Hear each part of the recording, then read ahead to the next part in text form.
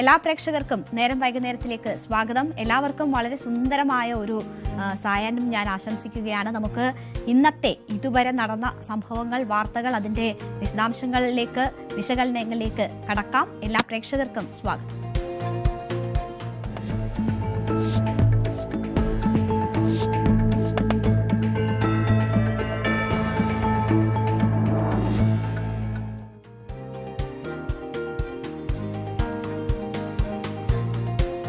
പ്രേക്ഷകരെ, ഈ നമ്മുടെ സംസ്ഥാനം ഇനി ആരങ്ങോട്ട് ഭരിക്കണം എന്നതിൻ്റെ നിർണായകമായിട്ടുള്ള നിയമസഭാ തെരഞ്ഞെടുപ്പിനുള്ള ഒരുക്കങ്ങളിലേക്ക് രാഷ്ട്രീയ പാർട്ടികൾ കടന്നു കഴിഞ്ഞിരിക്കുകയാണ്. ആരൊക്കെ എവിടെയൊക്കെ മത്സരിക്കണം എന്ന ചർച്ചകൾ വലിയ സജീവമാണ്. എന്തായിരിക്കണം പ്രചരണം, എന്തിലൂന്നണം പ്രചരണം തുടങ്ങി വലിയ രീതിയിലുള്ള കൂട്ടിക്കിഴിക്കലുകൾ, ആലോചനകൾ, ചർച്ചകളൊക്കെ രാഷ്ട്രീയ പാർട്ടികളിൽ നടക്കുകയാണ്. തെരഞ്ഞെടുപ്പ് പ്രഖ്യാപനം ഉടൻ തന്നെ ഉണ്ടാകും എന്നതാണ് പ്രതീക്ഷിക്കുന്നത്. ഏപ്രിൽ ആദ്യവാരമോ രണ്ടാം വാരമോ ഒക്കെ ഈ തെരഞ്ഞെടുപ്പ് നടക്കാനുള്ള സാധ്യതകളുണ്ട്. തെരഞ്ഞെടുപ്പ് കമ്മീഷൻ ഇതുമായി ബന്ധപ്പെട്ടുള്ള ഒരുക്കങ്ങളൊക്കെ പൂർത്തീകരിച്ചുകൊണ്ടിരിക്കുകയാണ്. എന്തായാലും മെയ് ആദ്യവാരം തന്നെ റിസൾട്ട് വരുന്ന തരത്തിലൊക്കെയുള്ള ഒരുക്കങ്ങളാണ് നടക്കുന്നതെന്നാണ് നമ്മൾ മനസ്സിലാക്കുന്നത്. അപ്പോൾ രാഷ്ട്രീയ പാർട്ടികൾ അത് മുന്നിൽ കണ്ടുള്ള വലിയ രീതിയിലുള്ള ഒരുക്കങ്ങൾ നടത്തുകയാണ്. നമുക്കറിയാം, മൂന്നാമതും തുടർ ഭരണം ലക്ഷ്യമിട്ടുകൊണ്ടാണ് ഇടതുമുന്നണി പ്രവർത്തനങ്ങൾ മുന്നോട്ട് കൊണ്ടുപോകുന്നത്. അതേസമയം കോൺഗ്രസിനെ സംബന്ധിച്ച് 2 ടേം അവർ ഭരണത്തിൽ നിന്ന് മാറി നിന്നതാണ്. അവരെ സംബന്ധിച്ച് ഇത്തവണ തെരഞ്ഞെടുപ്പിലൂടെ ഭരണം പിടിക്കുക എന്നത് അവർക്ക് നിലനിൽപ്പിന്റെ ആവശ്യമായി മാറിയിരിക്കുന്ന ഒരു സാഹചര്യമാണ്. BJPയെ സംബന്ധിച്ച് കേരളം എന്നത് അവർക്ക് തൊട്ടുകൂടാൻ പറ്റാത്ത ഒരിടമായിരുന്നു. അവിടെ കഴിവ് തെളിയിക്കുക എന്നതാണ് BJPയെ സംബന്ധിച്ചുള്ള ഏറ്റവും പ്രധാനപ്പെട്ട കാര്യങ്ങൾ. ഇതിൽ ഇടതുമുന്നണിയെ സംബന്ധിച്ച് ഇടതുമുന്നണിക്കാണെങ്കിൽ തുടർ ഭരണം ഉണ്ടാകും എന്ന പ്രതീക്ഷകൾ തന്നെയാണുള്ളത്. അവരുടെ MLA-മാർ അവർക്ക് സ്വീകാര്യതയുണ്ട്. തദ്ദേശ തെരഞ്ഞെടുപ്പിൽ ചില തിരിച്ചടികൾ നേരിട്ടു എങ്കിൽ പോലും അത് എല്ലാത്തിൻ്റെയും അവസാനമാണ് എന്ന് ഇടതുമുന്നണി കാണുന്നില്ല. തിരിച്ചു വരാൻ പറ്റുന്ന വലിയ സാഹചര്യമുണ്ട് എന്നത് തന്നെയാണ് അവരെ സംബന്ധിച്ചുള്ള വിലയിരുത്തൽ. കോൺഗ്രസിനെ സംബന്ധിച്ച് തദ്ദേശ തെരഞ്ഞെടുപ്പിൽ നേട്ടം വലിയ ആത്മവിശ്വാസം നൽകിയിരിക്കുകയാണ്.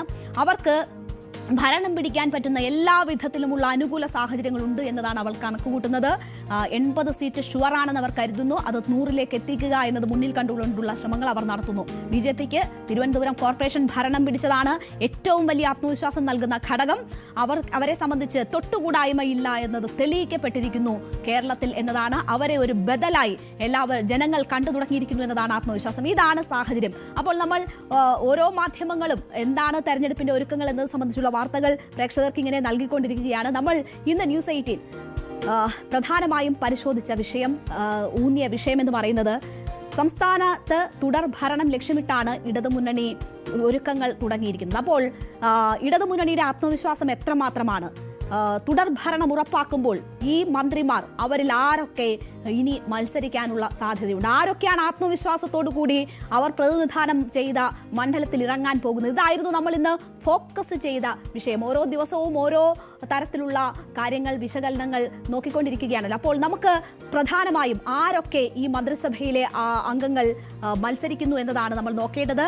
ഈ തുടർ ഭരണത്തിനെ മുന്നിൽ നിന്ന് നയിക്കാൻ പോകുന്നത് ക്യാപ്റ്റനായ പിണറായി വിജയൻ തന്നെയാണ്. പിണറായി വിജയൻ ധർമ്മടത്ത് മത്സരിക്കും എന്നത് ഉറപ്പായിരിക്കുന്നു. അദ്ദേഹം തന്നെയായിരിക്കും ഈ തെരഞ്ഞെടുപ്പിനെ നയിക്കുക. അദ്ദേഹം ധർമ്മടത്ത് തന്നെ മത്സരിക്കും എന്നതാണ് ഇതുവരെ ഉണ്ടായിട്ടുള്ള ധാരണ. അദ്ദേഹം ധർമ്മടത്ത് തന്നെ മത്സരിക്കും. വി ശിവൻകുട്ടി, അദ്ദേഹം നേമത്ത് നിന്നാണ് വിജയിച്ചു വന്നത്. BJPയുടെ അക്കൗണ്ട് പൂട്ടിയ വ്യക്തിയാണ് വി ശിവൻകുട്ടി. അദ്ദേഹം നേമത്ത് മത്സരിക്കുമോ? നമുക്കറിയാം, ഈ തെരഞ്ഞെടുപ്പിൽ തീർച്ചയായും എല്ലാവരും ഉറ്റുനോക്കാൻ പോകുന്ന ഒരു മണ്ഡലം നേമമാണ് എന്ന കാര്യത്തിൽ യാതൊരു സംശയവുമില്ല. വരുന്ന നിയമസഭാ തെരഞ്ഞെടുപ്പിൽ നേമത്ത് മത്സരിക്കാനില്ല എന്ന പ്രസ്താവന വി ശിവൻകുട്ടിയുടെ ഭാഗത്ത് നിന്ന് ഉണ്ടായിരുന്നു കഴിഞ്ഞ ദിവസം. എന്നാൽ ഒരൊറ്റ മണിക്കൂറിനുള്ളിൽ തന്നെ അത് തിരുത്തി വി ശിവൻകുട്ടി രംഗത്ത് വരുന്നത് നമ്മൾ കണ്ടതാണ്. ഇത്തവണ നേമത്ത് മത്സരിക്കാനില്ല എന്നതായിരുന്നു വി ശിവൻകുട്ടി ആദ്യം മാധ്യമങ്ങളോട് പറഞ്ഞത്. എന്നാൽ പിന്നീട് മന്ത്രി തന്നെ ഇക്കാര്യം തിരുത്തുകയായിരുന്നു. നേമത്ത് മത്സരിക്കുമെന്നോ ഇല്ലെന്നോ താൻ പറഞ്ഞിട്ടില്ല. എന്നാൽ ചിലർ ഇതിൽ മനഃപൂർവ്വം ആശയക്കുഴപ്പം ഉണ്ടാക്കുകയാണ്, ചിലപ്പം തെറ്റിദ്ധരിക്കപ്പെട്ടതായിരിക്കാം പറഞ്ഞതെന്നൊക്കെ രീതിയിലുള്ള വിശകലനമാണ് അദ്ദേഹം നൽകിയത്.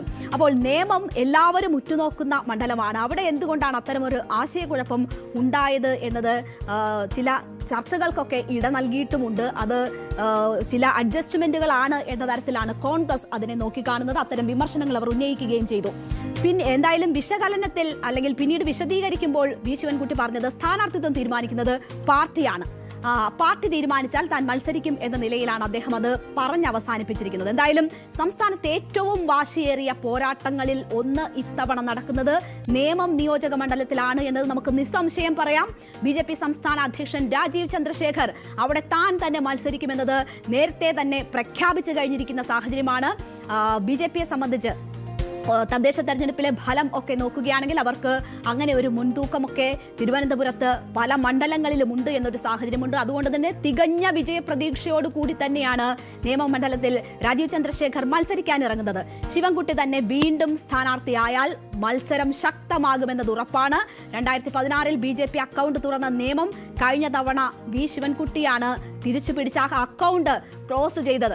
അപ്പോൾ സ്ഥാനാർത്ഥി പ്രഖ്യാപനം നേരത്തെ നടത്തി രാജീവ് ചന്ദ്രശേഖർ മണ്ഡലത്തിൽ സജീവമാകുമ്പോൾ ലോക്സഭാ തെരഞ്ഞെടുപ്പിലും അടുത്ത് നടന്ന തദ്ദേശ തെരഞ്ഞെടുപ്പിലും BJPക്ക് നിയമത്തുണ്ടായ മുന്നേറ്റം അവർക്ക് വലിയ ആത്മവിശ്വാസം നൽകുകയാണ്. CPMന്റെ സ്ഥാനാർത്ഥി മോശമായി കഴിഞ്ഞാൽ അവിടെ അവർ വീണ്ടും അക്കൗണ്ട് തുറക്കുന്ന ഒരു സാഹചര്യം ഉണ്ടാകും. അത് പല രാഷ്ട്രീയ ആരോപണങ്ങൾക്കും ഇട നൽകും. അതുകൊണ്ട് തന്നെ CPM മന്ത്രിമാരിൽ ശിവൻകുട്ടിക്ക് 2 ടേം ബാധകമാണ് എങ്കിൽ പോലും അത് കണക്കിലെടുക്കാതെ നിയമത്ത് തന്നെ മത്സരിപ്പിക്കും എന്നതാണ് നമുക്ക് ലഭ്യമാകുന്ന വിവരം. കടുത്ത മത്സരമായതിനാൽ ശിവൻകുട്ടി തന്നെ അവിടെ ഇറങ്ങണം എന്നതാണ് പാർട്ടി എത്തിയിരിക്കുന്ന തീരുമാനം എന്നതാണ് നമ്മൾ മനസ്സിലാക്കുന്നത്. അതുകൊണ്ട് തന്നെയാണ് കൃത്യം 1 മണിക്കൂറിനകം തന്നെ അദ്ദേഹം അത് തിരുത്തി രംഗത്ത് വരികയും പാർട്ടി പറഞ്ഞാൽ മത്സരിക്കാൻ താൻ സന്നദ്ധനാകുമെന്ന കാര്യം അറിയിക്കുകയും ചെയ്തിരിക്കുന്നത്. എന്തായാലും ശക്തനായ ഒരു സ്ഥാനാർത്ഥി അവിടെ ഉണ്ടാവുക എന്നത് ഈ രാഷ്ട്രീയ ആരോപണങ്ങൾ നേരിടുന്നതിന് വലിയ അത്യാവശ്യമാണ്. അവിടെ ഏറ്റവും യോഗ്യനായ വ്യക്തി ശിവൻകുട്ടി തന്നെയാണ്. അതുകൊണ്ട് ശിവൻകുട്ടി നിയമത്ത് തന്നെ മത്സരിക്കുമെന്നതാണ് മനസ്സിലാകുന്നത്. P. രാജീവ് അദ്ദേഹം കളമശ്ശേരിയിൽ തന്നെ മത്സരിക്കാനുള്ള സാധ്യതയാണ് നിലനിൽക്കുന്നത്. കൊല്ലത്തേക്ക് വന്നാൽ KN ബാലഗോപാൽ കൊട്ടാരക്കരയിലാണ് അദ്ദേഹം മത്സരിച്ചിരുന്നത്. ആരോപണങ്ങളിലും കേസിലും പെട്ട നടൻ മുകേഷ് ഒരുപക്ഷെ കൊല്ലത്ത് നിന്ന് ഇനി മത്സരിക്കാനുള്ളൊരു സാധ്യതയില്ല എന്നതാണ് മനസ്സിലാകുന്നത്. അങ്ങനെ മുകേഷ് ഒഴിവാകുന്ന സാഹചര്യമാണ് ഉള്ളതെങ്കിൽ KN ബാലഗോപാൽ ഒരുപക്ഷെ അവിടെ മത്സരിക്കുമോ എന്നൊരു സാഹചര്യമുണ്ട്. അല്ലെങ്കിൽ അദ്ദേഹം ഇപ്പോൾ മത്സരിച്ച മണ്ഡലത്തിൽ തന്നെ മത്സരിക്കാനുള്ള സാധ്യതയാണുള്ളത്. VN വാസവൻ ഏറ്റുമാനൂരിൽ നിന്ന് എന്തായാലും മത്സരിക്കും എന്ന കാര്യം ഉറപ്പാണ്. സജി ചെറിയാൻ ചെങ്ങന്നൂരിൽ തന്നെ ആയിരിക്കും. ചെങ്ങന്നൂരിൽ സജി ചെറിയാൻ അല്ലാതെ മറ്റൊരാളും പരിഗണനയിലില്ല എന്നതാണ് മനസ്സിലാകുന്നത്.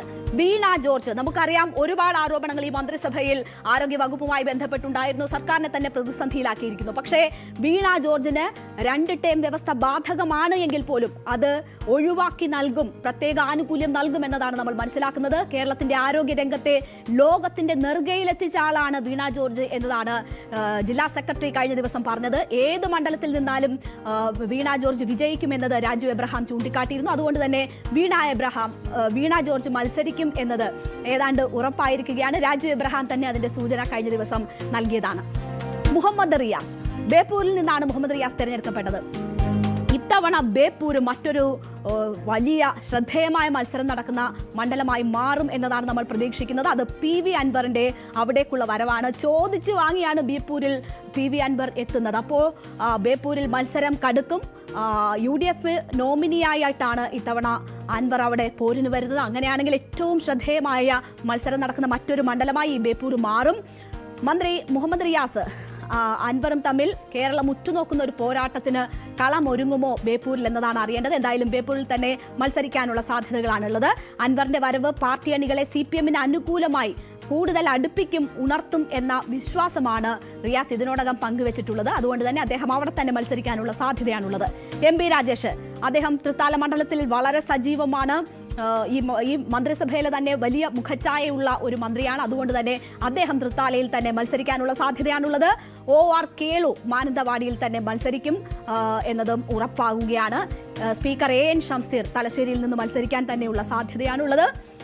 CPI മന്ത്രിമാരിലേക്ക് കൂടി വന്നാൽ K. രാജൻ ഒല്ലൂരിൽ നിന്ന് തന്നെ മത്സരിക്കും എന്നതാണ് മനസ്സിലാകുന്നത്. GR അനിൽ നെടുമങ്ങാട് നിന്നും മത്സരിക്കും എന്നത് അറിയുന്നു. വലിയ റിസ്ക് ഒന്നും എടുക്കേണ്ട, കാരണം ഈ MLA മാർ മന്ത്രിമാർ എല്ലാവരും തന്നെ അവരുടെ മണ്ഡലങ്ങളിൽ അവരുടേതായ ആധിപത്യം ഉറപ്പിച്ചവരാണ്. അവരെ സംബന്ധിച്ച് ഏതെങ്കിലും തരത്തിലുള്ള ജനവിരുദ്ധ വികാരങ്ങളൊന്നും തന്നെ മണ്ഡലത്തിലില്ല. അതുകൊണ്ട് തന്നെ വലിയ റിസ്ക് വേണ്ട എന്നതാണ് ഇടതുമുന്നണി എത്തിയിരിക്കുന്ന ഒരു നിഗമനം എന്നതാണ് മനസ്സിലാകുന്നത്. അവിടെ ടേം വ്യവസ്ഥകൾ വെച്ചുകൊണ്ടോ മറ്റോ വലിയ ചേഞ്ചുകൾ വരുത്തേണ്ടതില്ല എന്ന ഒരു നിഗമനം അവർക്കുണ്ട് എന്നതാണ് മനസ്സിലാക്കുന്നത്. ശക്തമായ മത്സരം, വിജയസാധ്യത ഉറപ്പിക്കൽ, ഇതിന് തന്നെയാണ് പ്രാമുഖ്യം നൽകിയിരിക്കുന്നത്. ജെ ചിഞ്ചുറാണി ചടയമംഗലമാണ്. ഒരു പക്ഷേ ചാത്തന്നൂരിലേക്ക് മാറി എന്ന ചില സാഹചര്യങ്ങളുണ്ട്. അത്തരം ആവശ്യം ചിഞ്ചുറാണിയിൽ നിന്ന് തന്നെ വരുന്നു എന്നത് മനസ്സിലാക്കുന്നു. അങ്ങനെയാണെങ്കിൽ അത്തരം ഒരു ചേഞ്ച് ഉണ്ടാകും. എന്തായാലും മത്സര രംഗത്ത് ചിഞ്ചുറാണി ഉണ്ടാകുമെന്ന കാര്യം ഉറപ്പാണ്. പി പ്രസാദ് ചേർത്തലയിൽ നിന്ന് തന്നെ മത്സരിക്കാനുള്ള സാഹചര്യമാണ് ഉള്ളത്. കെ.ബി. ഗണേഷ് കുമാറിലേക്ക് വന്നാൽ ഇതിനോടകം സ്ഥാനാർത്ഥിത്വം പ്രഖ്യാപിച്ചിട്ടുള്ള ഒരു വ്യക്തിയാണ് കെ.ബി. ഗണേഷ് കുമാർ എന്ന് തന്നെ പറയാം. പത്തനാപുരത്ത് തന്നെ കെ.ബി. ഗണേഷ് കുമാർ മത്സരിക്കും. പത്തനാപുരത്ത് കെ.ബി. ഗണേഷ് കുമാറിന് തന്നെയാണ് സാധ്യത, അല്ലെങ്കിൽ അതിനപ്പുറം മറ്റൊരു പേരില്ല എന്ന് തന്നെ പറയാം. അദ്ദേഹം കഴിഞ്ഞ ദിവസം മാധ്യമങ്ങളോട് പറഞ്ഞത് പത്തനാപുരത്ത് അല്ലാതെ ഞാൻ എവിടെ പോകാനാണ് എന്നൊരു ചോദ്യമാണ് മാധ്യമങ്ങളോട് അദ്ദേഹം ചോദിച്ചത്. ഞാൻ പത്തനാപുരത്ത് തന്നെ മത്സരിക്കും, വൻ ഭൂരിപക്ഷത്തിൽ വിജയിക്കുകയും ചെയ്യും എന്ന് അദ്ദേഹം പറയുന്നു. പത്തനാപുരത്തുകാർക്ക് ഞാനില്ലാതെ പറ്റില്ല എന്നുകൂടി കെ.ബി. ഗണേഷ് കുമാർ മാധ്യമങ്ങളോട് പറഞ്ഞു. അദ്ദേഹം KSRTCയുടെ ഈ വിജയമൊക്കെ ചൂണ്ടിക്കാട്ടിയിട്ട് അവർക്ക് തന്നെ അഭിമാനമല്ലേ അങ്ങനെ ഒരാൾ അവിടെ നിന്ന് മത്സരിക്കുന്നത് എന്ന് വരെ പറയുന്നത് നമ്മൾ കേട്ടതാണ്. അപ്പോൾ പത്തനാപുരത്തുകാർക്ക് ഞാനില്ലാതെ പറ്റില്ല, അതുകൊണ്ട് ഞാൻ അവിടെ മത്സരിക്കും എന്നതാണ് കെ.ബി. ഗണേഷ് കുമാർ ഇതിനോടകം പ്രഖ്യാപിച്ചിരിക്കുന്നത്. മത്സരിക്കുന്ന കാര്യത്തിൽ യാതൊരു സംശയമില്ല. പക്ഷേ ഒരു പ്രശ്നം ഉള്ളത് CPM-നുള്ളിൽ ചില അതൃപ്തി അദ്ദേഹവുമായി ബന്ധപ്പെട്ട് ഉണ്ട് എന്നതാണ് മനസ്സിലാകുന്നത്. അങ്ങനെയാണെങ്കിൽ ഏതെങ്കിലും തരത്തിൽ അത് കൈകാര്യം ചെയ്യേണ്ടി വരുന്ന ഒരു സാഹചര്യം അദ്ദേഹത്തിന് ഉണ്ടാകും എന്നതാണ്. അതിനപ്പുറം അദ്ദേഹം തന്നെ പത്തനാപുരത്ത് മത്സരിക്കാനുള്ള സാഹചര്യമാണ്. കോൺഗ്രസിന്റെ ശക്തമായ സ്ഥാനാർത്ഥി ഉണ്ടാകും എന്ന് പ്രതീക്ഷിക്കുന്നു കെ.ബി. ഗണേഷ് കുമാറിനെതിരെ. അങ്ങനെയാണെങ്കിൽ മത്സരം അല്പം കടുത്തതാകാനുള്ള സാധ്യതയുണ്ട്. റോഷി അഗസ്റ്റിൻ ഇടുക്കിയിൽ നിന്ന് തന്നെ മത്സരിക്കും. മറ്റൊരു കാര്യം AK ശശീന്ദ്രന്റെ കാര്യത്തിലാണ്. എലത്തൂരിൽ ഏതാണ്ട് 1980 മുതൽ തുടങ്ങിയതാണ് AK ശശീന്ദ്രന്റെ ഈ തെരഞ്ഞെടുപ്പ് യാത്ര. എലത്തൂരിൽ നിന്നാണ് അദ്ദേഹം തെരഞ്ഞെടുക്കപ്പെട്ടിരിക്കുന്നത്. 7 തെരഞ്ഞെടുപ്പിൽ അദ്ദേഹം വിജയിച്ചിട്ടുണ്ട്. 10 വർഷത്തോളമായി തുടർച്ചയായി മന്ത്രിസ്ഥാനത്തുണ്ട്. ആദ്യ ടേമിൽ ചില ആരോപണങ്ങൾ ഉണ്ടായിട്ടുണ്ട് എങ്കിലും അദ്ദേഹം മന്ത്രിസ്ഥാനത്തേക്ക് തിരിച്ചെത്തുന്നത് നമ്മൾ കണ്ടതാണ്. ഇത്തവണ മറ്റൊരു തെരഞ്ഞെടുപ്പിലേക്ക് ഒരുക്കങ്ങൾ തുടങ്ങിക്കഴിയുമ്പോൾ തന്റെ ഭാഗ്യം തിരുത്തിക്കുറിച്ച എലത്തൂർ മണ്ഡലത്തിൽ നിന്ന് വീണ്ടും മത്സരിക്കാൻ തയ്യാറെടുത്ത് നിൽക്കുകയാണ് AK ശശീന്ദ്രൻ. പാർട്ടി പറഞ്ഞാൽ മത്സരിക്കും എന്നതാണ് ശശീന്ദ്രന്റെ നിലപാട്. എന്നാൽ അദ്ദേഹത്തിന്റെ പാർട്ടിയിൽ നിന്ന് വലിയ എതിർപ്പ് ഇതുമായി ബന്ധപ്പെട്ടുണ്ട്. പ്രാദേശിക നേതൃത്വത്തിന് വലിയ എതിർപ്പുണ്ട്. പുതുതായി എത്തുന്നവർക്ക് വേണ്ടി മാറിക്കൊടുക്കണമെന്ന ആവശ്യം വളരെ വലിയ സജീവമായി തന്നെയുണ്ട്. അതുകൊണ്ട് എലത്തൂരിലെ സ്ഥിതി അല്പം സങ്കീർണമാണ്. ശശീന്ദ്രൻ എന്തായാലും മത്സരിക്കണമെന്ന ആഗ്രഹത്തോടു കൂടി നിൽക്കുന്നു എന്നതാണ് മനസ്സിലാകുന്നത്. മാറി മറ്റൊരാൾക്ക് മത്സരിക്കാനുള്ള വഴിയൊരുക്കണം എന്നത് പാർട്ടിയിൽ വലിയ ആവശ്യമായി തന്നെ ഉയരുന്ന ഒരു സാഹചര്യം കൂടിയുണ്ട്. എന്തായാലും അക്കാര്യങ്ങളിൽ കൂടുതൽ ചർച്ചകൾ ആവശ്യമായി വരുന്നു എന്നതാണ് മനസ്സിലാകുന്നത്. NCPയുടെ AK ശശീന്ദ്രന് എലത്തൂരിൽ വീണ്ടും സീറ്റ് നൽകുന്നതിനോട് പാർട്ടിയിൽ വലിയ ഭിന്നതയുണ്ട് എന്നതാണ് മനസ്സിലാക്കുന്നത്. ഈ ഒരു സാഹചര്യത്തിൽ ഒരുപക്ഷെ CPM അത് ഏറ്റെടുക്കാനുള്ള സാധ്യതയുണ്ട് എന്ന തരത്തിലുള്ള റിപ്പോർട്ടുകളുണ്ട്. സ്ഥിരീകരിക്കപ്പെട്ടില്ല. CPM അങ്ങനെ ഏറ്റെടുക്കുകയാണെങ്കിൽ ഒരുപക്ഷെ അവിടെ റിയാസ് മത്സരിക്കും എന്ന തരത്തിലൊക്കെയുള്ള ചില ചർച്ചകളുണ്ട്. നമുക്കറിയില്ല, വ്യക്തതയില്ല. എന്തായാലും പാർട്ടിക്കുള്ളിലെ ഭിന്നത മൂർച്ഛിച്ച് ഒരുപക്ഷെ സീറ്റ് തന്നെ കളഞ്ഞു കൊള്ളിക്കുന്ന ഒരു സാഹചര്യത്തിലേക്ക് പോകുമോ എന്നതൊക്കെ നമ്മൾ കാത്തിരുന്ന് കാണണം. അത് ഈ സ്ഥാനാർത്ഥി പ്രഖ്യാപനത്തോട് കുറച്ചുകൂടി അടുക്കുമ്പോൾ മാത്രമേ ആ കാര്യങ്ങളിലൊക്കെ വ്യക്തത വരികയുള്ളൂ. വി അബ്ദുറഹ്മാൻ താനൂരിൽ നിന്ന് തന്നെ മത്സരിക്കും. തിരൂരോ തവനൂരോ മത്സരിക്കാനുള്ള താല്പര്യവുമുണ്ട് എന്നതാണ് അറിയുന്നത്. ഒരുപക്ഷെ അത്തരം വെച്ചുമാറലുകൾ അദ്ദേഹത്തിന്റെ കാര്യത്തിൽ ഉണ്ടായേക്കാനുള്ള സാധ്യതയുണ്ട്. മത്സരിക്കാൻ സാധ്യതയില്ലാത്ത ചിലർ കൂടിയുണ്ട്. അതിൽ ആദ്യത്തെ വ്യക്തി R ബിന്ദുവാണ്. ഉന്നത വിദ്യാഭ്യാസ മന്ത്രി. മത്സരിക്കാനുള്ള സാധ്യത വളരെ കുറവാണ് എന്നതാണ് പ്രതീക്ഷിക്കുന്നത്. കാരണം R ബിന്ദുവിന് തന്നെ മത്സരിക്കാനുള്ള താല്പര്യമില്ല എന്ന തരത്തിലുള്ള റിപ്പോർട്ടുകളുണ്ട്. മാത്രവുമല്ല, പൊളിറ്റ് ബ്യൂറോ അംഗം A വിജയരാഘവനെ ഡൽഹിയിൽ നിന്ന് കേരളത്തിലേക്ക് തിരികെ കൊണ്ടുവരാനൊക്കെയുള്ള ഒരു തീരുമാനമുണ്ട്, നീക്കമുണ്ട് എന്നത് മനസ്സിലാകുന്നു. അങ്ങനെ ഒരു നീക്കമുണ്ടെങ്കിൽ തൃശ്ശൂരിലെ കുന്നംകുളം അദ്ദേഹം തെരഞ്ഞെടുക്കും എന്ന തരത്തിലാണ് വാർത്ത. അങ്ങനെയാണെങ്കിൽ 2 പേർ ഒരു വീട്ടിൽ നിന്ന് വേണ്ട എന്ന നിലയിൽ ഭാര്യയായിട്ടുള്ള മന്ത്രി R ബിന്ദു വീണ്ടും മത്സരിക്കേണ്ടതില്ല എന്നൊരു തീരുമാനത്തിലേക്ക് എത്തും എന്നതാണ് മനസ്സിലാകുന്നത്. അങ്ങനെ അവർ 2 പേരിൽ ഏതെങ്കിലും ഒരാൾ മത്സരിക്കാനുള്ള സാധ്യതയാണ്. വിജയരാഘവൻ മത്സരിക്കുകയാണെങ്കിൽ അങ്ങനെ ബിന്ദു മത്സരിക്കാനുള്ള സാധ്യത വിരളമാണ് എന്നതാണ് മനസ്സിലാകുന്നത്. മറ്റൊരാൾ ഒഴിവാകുന്നത് K കൃഷ്ണൻകുട്ടിയാണ്. അദ്ദേഹം മത്സരിക്കാനുള്ള സാധ്യതയില്ല. JDSന്റെ മന്ത്രി K കൃഷ്ണൻകുട്ടി മത്സരത്തിനില്ല എന്നത് ഇതിനോടകം വ്യക്തമാക്കിയിട്ടുണ്ട്. അതേസമയം ചിറ്റൂരിൽ ജയസാധ്യത അദ്ദേഹം മത്സരിച്ചാലാണ് എന്ന തരത്തിലുള്ള വിലയിരുത്തലുകളുണ്ട്. അങ്ങനെ ഒരു സാഹചര്യത്തിൽ ഒരുപക്ഷെ സമ്മർദ്ദമുണ്ടാവുകയാണെങ്കിൽ വീണ്ടും മത്സരിക്കാനുള്ള സാധ്യതയുണ്ട് എന്നതാണ് മനസ്സിലാകുന്നത്. കടന്നപ്പള്ളി രാമചന്ദ്രന്റെ കാര്യത്തിൽ കണ്ണൂർ ഇത്തവണ CPM ഏറ്റെടുക്കാൻ സാധ്യതയുണ്ട് എന്ന് പറയുന്ന ഒരു മണ്ഡലമാണ്. അതുകൊണ്ട് തന്നെ സീറ്റ് നൽകുമോ എന്ന കാര്യത്തിൽ സംശയമുണ്ട്. അദ്ദേഹത്തിന്റെ ആരോഗ്യ പ്രശ്നങ്ങളൊക്കെയും കണക്കിലെടുക്കുന്ന ഒരു സാഹചര്യമുണ്ട് എന്ന് മനസ്സിലാകുന്നു. എന്തായാലും അതുമായി ബന്ധപ്പെട്ട് ചർച്ചകൾ സജീവമാണ്. കണ്ണൂർ ഏറ്റെടുക്കണമെന്ന വികാരം കുറച്ച് നാളായി തന്നെ CPM-നകത്തുള്ളതാണ്. അപ്പോൾ ഒരുപക്ഷെ ഇത് അതിനുള്ള അവസരമാക്കി മാറ്റുമെന്നതാണ് മനസ്സിലാക്കുന്നത്. എന്തായാലും നമുക്കറിയാം CPM-ൽ ഈ തദ്ദേശ ഭരണ തെരഞ്ഞെടുപ്പുമായി ബന്ധപ്പെട്ടുള്ള ചർച്ചകൾ വരുമ്പോൾ ഭരണവിരുദ്ധ വികാരം ഉണ്ട് എന്ന തരത്തിലുള്ള വാർത്തകൾ പാടെ തള്ളുന്ന നിലപാടാണ് നേതൃത്വം സ്വീകരിച്ചിരുന്നത്. എന്നാൽ ജില്ലാ ഘടകങ്ങളിലൊക്കെ നടന്ന ചർച്ചകളിൽ ഭരണവിരുദ്ധ വികാരമുണ്ട് എന്ന അഭിപ്രായം ഉയർന്നിരുന്നു. പക്ഷേ അത് പുറമേക്ക് പ്രകടിപ്പിക്കാതെ തന്നെയുള്ള അഭിപ്രായ പ്രകടനങ്ങളാണ് നേതൃതലത്തിൽ നേതാക്കൾ നടത്തിയിരിക്കുന്നത്. അതുകൊണ്ട് തന്നെ ഈ മന്ത്രിസഭയിൽ ഉള്ളവരെയൊക്കെ മാറ്റി നിർത്തിക്കൊണ്ട് പോയാൽ അത് ഒരു മോശം പ്രതിച്ഛായ നൽകും എന്ന തരത്തിലുള്ള വിലയിരുത്തലുകളുണ്ട്. അതുകൊണ്ട് തന്നെ കൂടുതൽ അംഗങ്ങളും മത്സരിക്കാനുള്ള സാധ്യതകൾ തന്നെയാണുള്ളത്. അവർ മണ്ഡലത്തിൽ സ്വീകാര്യരാണ് എന്ന വിലയിരുത്തലാണുള്ളത്. അതുകൊണ്ട് തന്നെ മൂന്നാം ടേമിലേക്ക് പിണറായി വിജയൻ മൂന്നാം ടേം തുടർഭരണം ആഗ്രഹിച്ച് പ്രചരണത്തിനിറങ്ങുമ്പോൾ ഇപ്പോഴത്തെ മന്ത്രിസഭയിലെ ചില വിരലിലെണ്ണാവുന്ന ആളുകൾ ഒഴിച്ച് ബാക്കി എല്ലാവരും മത്സര രംഗത്തുണ്ടാകാനുള്ള സാധ്യതയാണ് നിലനിൽക്കുന്നത്.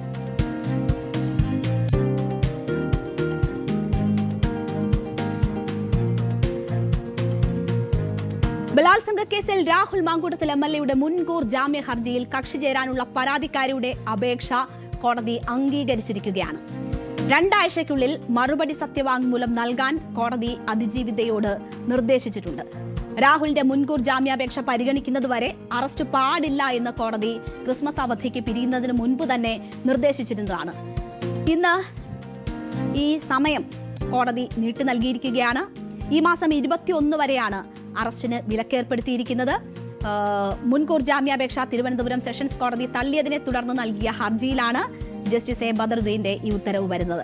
പരസ്പര സമ്മതത്തോടെയുള്ള ലൈംഗിക ബന്ധം മാത്രമാണ് നടന്നിരിക്കുന്നതെന്നും ഗർഭഛിദ്രത്തിൽ തനിക്ക് പങ്കില്ല എന്നുമാണ് രാഹുൽ മാങ്കൂട്ടത്തിൽ ഈ ഹർജിയിൽ ചൂണ്ടിക്കാട്ടിയിട്ടുള്ളത്. അതേസമയം തന്നെ ബലാത്സംഗം ചെയ്യുകയും ഗർഭഛിദ്രം നടത്താൻ നിർബന്ധിക്കുകയും ചെയ്തു എന്നതാണ് അതിജീവിതയുടെ പരാതി. എന്താണ് ഇന്ന് കോടതിയിൽ നടന്നതെന്ന് നോക്കാം. എക്സ്പ്ലെയിനർ കാണാം. ബലാത്സംഗ കേസിൽ രാഹുൽ മാങ്കൂട്ടത്തിൽ MLA-യുടെ അറസ്റ്റ് വിലക്ക് നീട്ടി ഹൈക്കോടതി. ഈ മാസം 21 വരെയാണ് അറസ്റ്റിന് വിലക്ക് ഏർപ്പെടുത്തിയത് നീട്ടിയിരിക്കുന്നത്. മുൻകൂർ ജാമ്യാപേക്ഷ തിരുവനന്തപുരം സെഷൻസ് കോടതി തള്ളിയതിനെ തുടർന്ന് നൽകിയ ഹർജിയിലാണ് ജസ്റ്റിസ് A ബദറുദ്ദീന്റെ ഉത്തരവ്. ഹർജിയിൽ കക്ഷി ചേരാനുള്ള പരാതിക്കാരിയുടെ അപേക്ഷയും കോടതി അംഗീകരിച്ചു. 2 ആഴ്ചയ്ക്കുള്ളിൽ മറുപടി സത്യവാങ്മൂലം നൽകാനും കോടതി അതിജീവിതയോട് നിർദ്ദേശിച്ചിട്ടുണ്ട്. രാഹുലിന്റെ മുൻകൂർ ജാമ്യാപേക്ഷ പരിഗണിക്കുന്നതുവരെ അറസ്റ്റ് പാടില്ലെന്ന് കോടതി ക്രിസ്മസ് അവധിക്ക് പിരിയുന്നതിന് മുൻപ് തന്നെ നിർദ്ദേശിച്ചിരുന്നു. ഇത് നീട്ടുകയാണ് ഇന്ന് ചെയ്തിരിക്കുന്നത്. പരസ്പര സമ്മതത്തോടുകൂടിയുള്ള ലൈംഗിക ബന്ധം മാത്രമാണ് നടന്നിരിക്കുന്നത് എന്നും ഗർഭചിത്രത്തിൽ തനിക്ക് പങ്കില്ല എന്നുമാണ് മാങ്കൂട്ടത്തിന്റെ വാദം. എന്നാൽ തന്നെ ബലാത്സംഗം ചെയ്യുകയും ഗർഭചിത്രം നടത്താൻ നിർബന്ധിക്കുകയും ചെയ്തു എന്നാണ് അതിജീവിതയുടെ പരാതി. തുടർന്നാണ് രാഹുലിന്റെ മുൻകൂർ ജാമ്യ ഹർജിയിൽ തീരുമാനമെടുക്കുന്നതിന് മുൻപ് തന്നെ കേൾക്കണമെന്നാവശ്യപ്പെട്ട് അതിജീവിതയും ഹൈക്കോടതിയെ സമീപിച്ചത്. ഈ കേസിൽ രാഹുൽ മാങ്കൂട്ടത്തിനെ അനുകൂലിച്ചുകൊണ്ട് രംഗത്ത് വരികയും അതിജീവിതയെ അപമാനിച്ചെന്ന പേരിൽ ജയിലിലാവുകയും ചെയ്ത രാഹുൽ ഈശ്വറിനെതിരെയും അതിജീവിത പരാതി നൽകിയിട്ടുണ്ട്. ജാമ്യത്തിലിറങ്ങിയ രാഹുൽ ഈശ്വർ വീണ്ടും സൈബർ ആക്രമണത്തിന് സാഹചര്യമൊരുക്കുന്നുവെന്നും ഇതുവഴി ജാമ്യ വ്യവസ്ഥകൾ ലംഘിച്ചെന്നുമാണ് അതിജീവിതയുടെ പരാതി. ഈ കേസിൽ രാഹുൽ ഈശ്വറും മുൻകൂർ ജാമ്യം തേടി ഹൈക്കോടതിയെ സമീപിച്ചിട്ടുണ്ട്. രാഹുൽ മാങ്കൂട്ടത്തിനെതിരെയുള്ള 2 കേസുകളിലും ഇതുവരെ എന്ത് സംഭവിച്ചു എന്നൊന്ന് ചുരുക്കി നോക്കാം. രാഹുലിനെതിരെയുള്ള ആദ്യ പരാതിയിൽ ഹൈക്കോടതിയുടെ നോ ടു അറസ്റ്റ് ഹർജി ഇന്ന് പരിഗണിച്ച കോടതി ഈ മാസം 21 വരെ അറസ്റ്റിന് വിലക്കേർപ്പെടുത്തി. സെഷൻസ് കോടതി നേരത്തെ മുൻകൂർ ജാമ്യം രാഹുലിന് നിഷേധിച്ചിരുന്നു. ഇനി 2ാം കേസിൽ എന്ത് സംഭവിച്ചു എന്ന് നോക്കുകയാണെങ്കിൽ 2ാം പരാതിയിലും സെഷൻസ് കോടതി മുൻകൂർ ജാമ്യം നൽകിയിട്ടുണ്ട്. പ്രോസിക്യൂഷൻ അപ്പീൽ ഹൈക്കോടതിയുടെ പരിഗണനയിലാണ് ഇപ്പോഴുള്ളത്. അപ്പീലിൽ വിധി എന്താകുമെന്ന് കാത്തിരുന്ന് കാണാം. ഇനി അന്വേഷണ സംഘത്തിന്റെ നീക്കം എന്തായെന്ന് നോക്കുകയാണെങ്കിൽ അന്വേഷണ സംഘത്തിന് മുൻപിൽ ഹാജരാവണമെന്ന് രാഹുലിന് കോടതിയുടെ നിർദ്ദേശമുണ്ട്. എന്നാൽ രാഹുലിന് ഇതുവരെ അന്വേഷണ സംഘം നോട്ടീസ് നൽകിയിട്ടുമില്ല. മാത്രമല്ല തദ്ദേശ തെരഞ്ഞെടുപ്പിന് ശേഷം അന്വേഷണ സംഘം മന്ദഗതിയിലാണ് എന്ന് സംശയലേശമന്യേ പറയാനും സാധിക്കും. എന്തായാലും കുടുംബ പ്രശ്നം പരിഹരിക്കാനെന്ന് പറഞ്ഞ് ഇടപെട്ട ജനപ്രതിനിധി എന്താണ് തന്നോടും കുടുംബത്തോടും ചെയ്തതെന്ന് ഈ പെൺകുട്ടിയുടെ ഭർത്താവ് തന്നെ വ്യക്തമാക്കിയിട്ടുണ്ട്. എല്ലാം സഹിച്ച് സ്വന്തം ആരോഗ്യ പ്രശ്നങ്ങളോട് പോലും മല്ലടിച്ച് ജീവിച്ച പെൺകുട്ടിയെയാണ് രാഹുൽ മാങ്കൂട്ടത്തിലും ഫാൻസും പ്രകോപിപ്പിച്ചും സമൂഹ മാധ്യമങ്ങളിൽ അവഹേളിച്ചും പരാതി നൽകുന്നതിലേക്ക് എത്തിച്ചത്. ഇപ്പോഴും തുടരുന്ന വേട്ടയാടൽ നീതി തേടി ഏതറ്റം വരെയും പോകാൻ അവളെ പ്രാപ്തയാക്കിയിരിക്കുന്നു എന്ന് വേണം മനസ്സിലാക്കാൻ. ഇനി പിന്നോട്ടില്ല എന്ന സൂചനയാണ് പെൺകുട്ടി നൽകുന്നത്. ഈ ജാമ്യ ഹർജിയിൽ ഉൾപ്പെടെ കക്ഷി ചേർന്നതിലൂടെ അവൾ നൽകുന്ന സൂചന അതുതന്നെയാണ്. അതിജീവിതമാരെ അവഹേളിച്ച് പിന്തിരിപ്പിക്കാമെന്ന് കരുതുന്ന എല്ലാ ക്രിമിനലുകൾക്കും മുന്നറിയിപ്പാകട്ടെ പെൺകുട്ടിയുടെ ഈ പോരാട്ടമെന്ന് നമുക്ക് ആശിക്കാം. കോടതിയിൽ നിന്ന് ആ പെൺകുട്ടിക്ക് നീതി കിട്ടട്ടെ എന്നും നമുക്ക് ആശിക്കാം, കാത്തിരിക്കാം.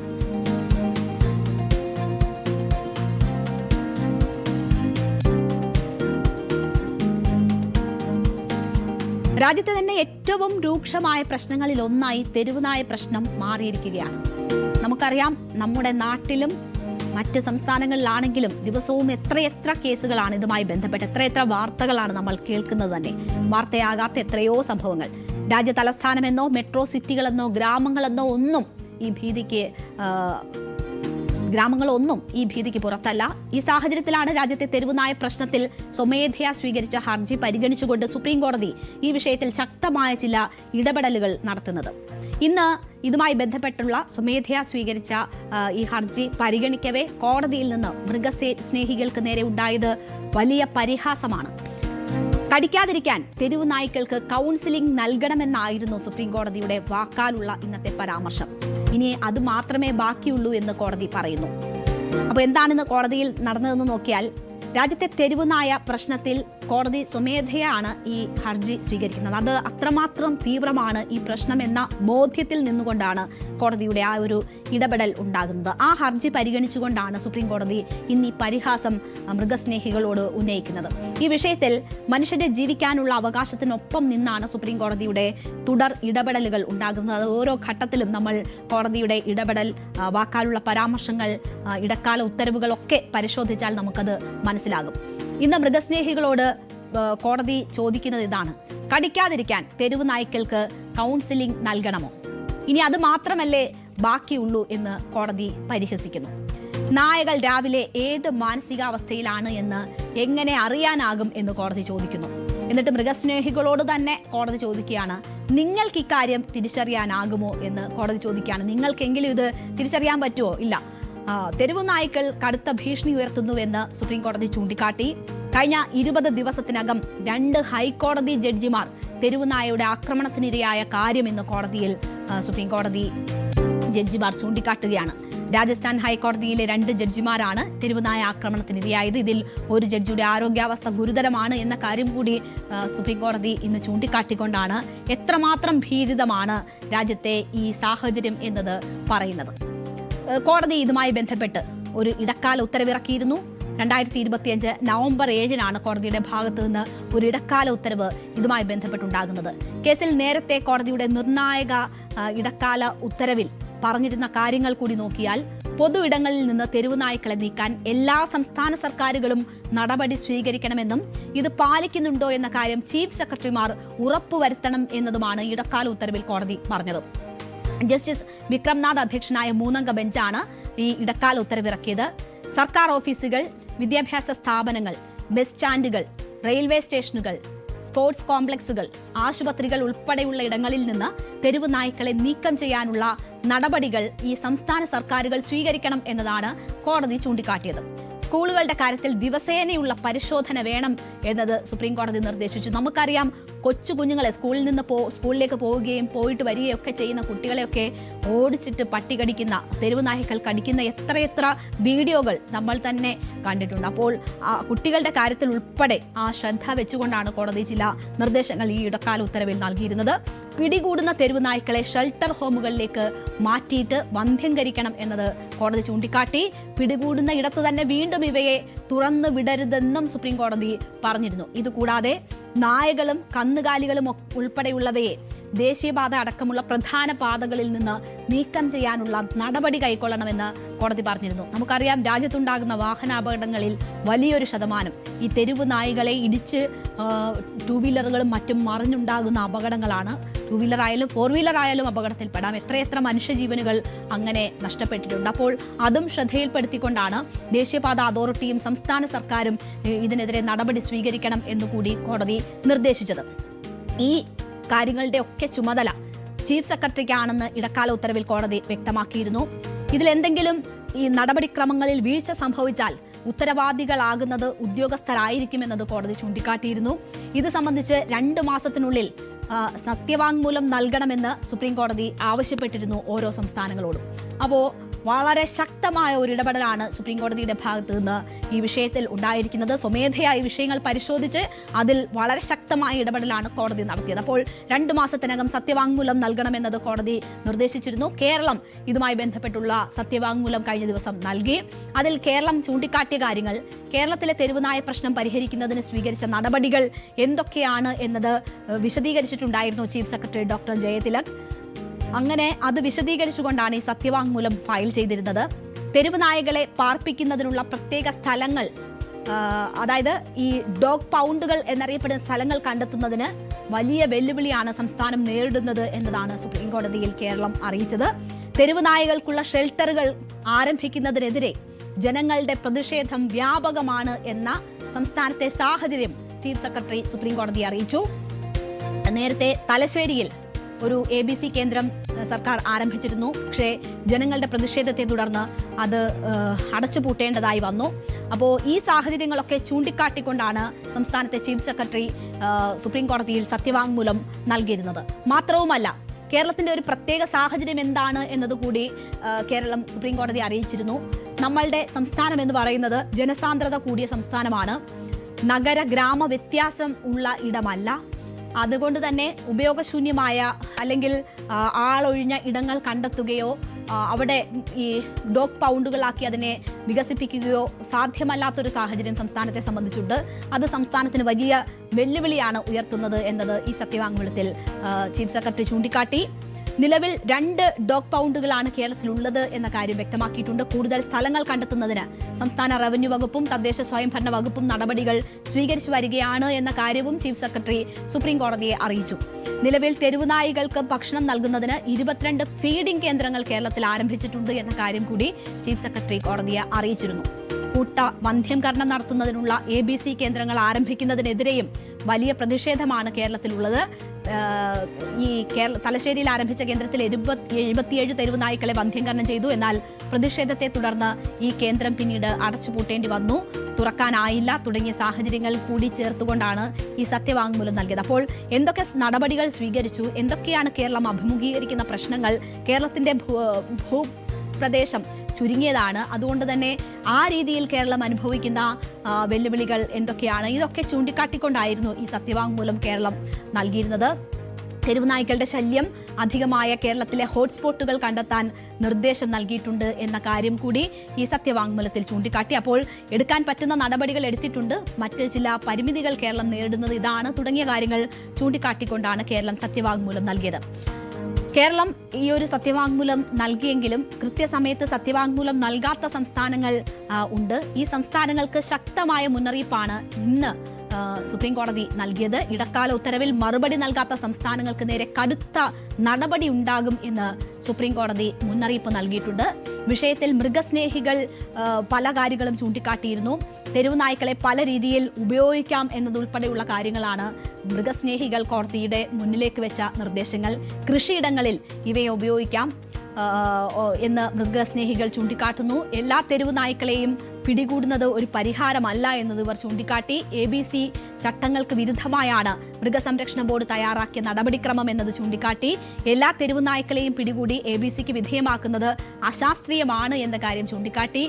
ഇതൊക്കെ ചൂണ്ടിക്കാട്ടിക്കൊണ്ടാണ് മൃഗസ്നേഹികളുടെ വാദം കോടതിയിൽ നടക്കുന്നത്. മൃഗസ്നേഹികൾക്ക് വേണ്ടി സീനിയർ അഭിഭാഷകനായ കപിൽ സിബലാണ് ഹാജരായത്.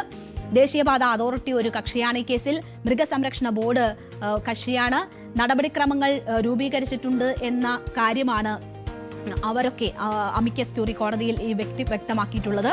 തെരുവുനായ ശല്യമുള്ള സ്ഥലങ്ങളുടെ പട്ടിക സംസ്ഥാനങ്ങൾക്ക് കൈമാറിയെന്നും തെരുവുനായ്ക്കളെ പാർപ്പിക്കാനുള്ള ഇടവും പ്രജനന നിയന്ത്രണ കേന്ദ്രവും വ്യത്യസ്തമാണെന്നും അമിക്കസ് ക്യൂറി പറഞ്ഞു. അടിസ്ഥാന സൗകര്യം ഒരുക്കേണ്ടത് തദ്ദേശ സ്ഥാപനങ്ങളാണെന്നും പാർപ്പിക്കാൻ കേന്ദ്രങ്ങളില്ലെങ്കിൽ തെരുവുനായ്ക്കളെ തെരുവിൽ നിന്ന് മാറ്റാനാവില്ല എന്നും അമിക്കസ് ക്യൂറി വ്യക്തമാക്കി. ഈ ദേശീയപാതയുമായി ബന്ധപ്പെട്ട കാര്യം നേരത്തെ സൂചിപ്പിച്ചുവല്ലോ. ദേശീയപാതയിൽ ഓരങ്ങളിൽ ഇവിടെ സാന്നിധ്യം ഉണ്ടാകരുത് എന്നൊരു നിർദ്ദേശം കോടതി നൽകിയിട്ടുണ്ടായിരുന്നു. ദേശീയപാതയിൽ തെരുവുനായ ശല്യമുള്ള ഇടങ്ങൾ തിരിച്ചറിഞ്ഞു എന്ന കാര്യമാണ് NHAI കോടതിയെ അറിയിച്ചിട്ടുള്ളത്. എന്തായാലും കോടതി ഈ വിഷയത്തിൽ വളരെ ശക്തമായ ഇടപെടലുകളാണ് സ്വീകരിച്ചിട്ടുള്ളത്. അത് മനുഷ്യന്റെ ജീവിക്കാനുള്ള അവകാശത്തോട് ചേർന്ന് നിന്നുകൊണ്ടുള്ള സമീപനമാണ് കോടതിയുടെ ഭാഗത്തു നിന്നും ഉണ്ടാകുന്നത്. മനുഷ്യനാണ് പ്രധാനം എന്ന നിലയിൽ ഉള്ള സമീപനങ്ങൾ സ്വീകരിക്കുന്നു. അത് മുന്നിൽ കണ്ടുകൊണ്ടുള്ള നിർദ്ദേശങ്ങൾ നൽകുന്നു. ഈ പ്രശ്നം പരിഹരിക്കേണ്ടുന്നതിന് സംസ്ഥാന സർക്കാരുകൾ എന്തൊക്കെ ഇടപെടൽ നടത്തിയിട്ടുണ്ട് എന്ന കാര്യമാണ് തേടുന്നത്. അവരുടെ നേരിടുന്ന ബുദ്ധിമുട്ടുകൾ എന്താണ് എന്നതൊക്കെ കോടതി ചോദിച്ചറിയുകയാണ്. പക്ഷേ ഇനിയും സത്യവാങ്മൂലം നൽകാത്ത സംസ്ഥാനങ്ങളുണ്ട്. അവർക്ക് ശക്തമായ മുന്നറിയിപ്പ് കൂടിയാണ് കോടതി നൽകുന്നത്. എന്തായാലും ഭരണകൂടങ്ങൾക്ക് വലിയ ഉത്തരവാദിത്തമാണ് ഇതുമായി ബന്ധപ്പെട്ട് ചെയ്യാനുള്ളത്. അതോടൊപ്പം തന്നെ നമ്മൾ ഓരോരുത്തർക്കും ഈ വിഷയവുമായി ബന്ധപ്പെട്ട് ചെയ്യാൻ പല കാര്യങ്ങളുണ്ട്. ഇത് ഒരു കൂട്ടായ ഉത്തരവാദിത്വത്തിൽ കൂടി മാത്രം പരിഹരിക്കാൻ പറ്റുന്ന ഒരു വിഷയമാണ്. അതിൽ ഈ വാശിയോ കടുംപിടുത്തങ്ങളോ അല്ല വേണ്ടത്. ഇതിനൊരു പരിഹാരം വേണമെന്ന കാര്യത്തിൽ ആർക്കും ഒരു സംശയം ഉണ്ടാകില്ല. അപ്പോൾ അത്തരമൊരു തീരുമാനത്തിലേക്ക് കോടതിക്ക് എത്താൻ കഴിയട്ടെ എന്ന് നമുക്ക് പ്രതീക്ഷിക്കാം. എന്തായാലും മനുഷ്യപക്ഷത്ത് നിന്നുകൊണ്ടുള്ള സമീപനമാണ് ഈ വിഷയത്തിൽ സുപ്രീം കോടതി എന്തായാലും ഇപ്പോൾ സ്വീകരിച്ചിരിക്കുന്നത്. നമുക്ക് മറ്റ് വാർത്തകളിലേക്ക്, ഫോക്കസ് വാർത്തകളിലേക്ക് എത്താം. അതിനു മുൻപ് ചെറിയൊരു ഇടവേള.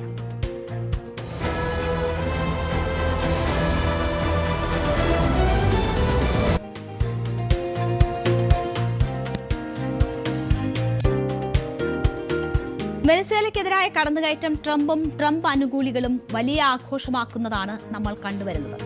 ഭാവിയിൽ വരാൻ പോകുന്ന അപകടത്തെക്കുറിച്ച് പക്ഷേ ട്രംപിന് നല്ല ബോധ്യമുണ്ട്. വാഷിംഗ്ടണിൽ നടന്ന റിപ്പബ്ലിക്കൻ എംപിമാരുടെ യോഗത്തിൽ ട്രംപ് തന്നെയാണ് ഈ അപകട ഭീഷണിയുടെ മുന്നറിയിപ്പ് നൽകുന്നത്. ഇടക്കാല തെരഞ്ഞെടുപ്പിൽ ജയിക്കണം, അല്ലെങ്കിൽ അവരെന്നെ ഇംപീച്ച് ചെയ്യുമെന്ന് ട്രംപ് പറയുന്നു. 2026 ഇടക്കാല തെരഞ്ഞെടുപ്പിൽ റിപ്പബ്ലിക്കൻ പാർട്ടി ജയിച്ചില്ലെങ്കിൽ തന്നെ ഡെമോക്രാറ്റുകൾ ഇംപീച്ച് ചെയ്യുമെന്നാണ് ട്രംപ് മുന്നിൽ കാണുന്നത്. ആ സന്ദേശമാണ് ട്രംപ് തന്റെ അണികൾക്ക് നൽകിയത്. US പ്രതിനിധി സഭയിൽ നേരിയ ഭൂരിപക്ഷമാണ് ട്രംപിന്റെ റിപ്പബ്ലിക്കൻ പാർട്ടിക്കുള്ളത്. ഈ സാഹചര്യത്തിലാണ് ഈ മുന്നറിയിപ്പ്. ഈ വർഷം നവംബറിലാണ് US ഇടക്കാല തെരഞ്ഞെടുപ്പ് നിശ്ചയിച്ചിട്ടുള്ളത്. US ജനപ്രതിനിധി സഭയിലെ 435 സീറ്റുകളിലേക്കും സെനറ്റിലെ 100 സീറ്റുകളിൽ 1/3 സീറ്റുകളിലേക്കുമാണ് ഈ ഇടക്കാല തെരഞ്ഞെടുപ്പ് നടക്കുന്നത്.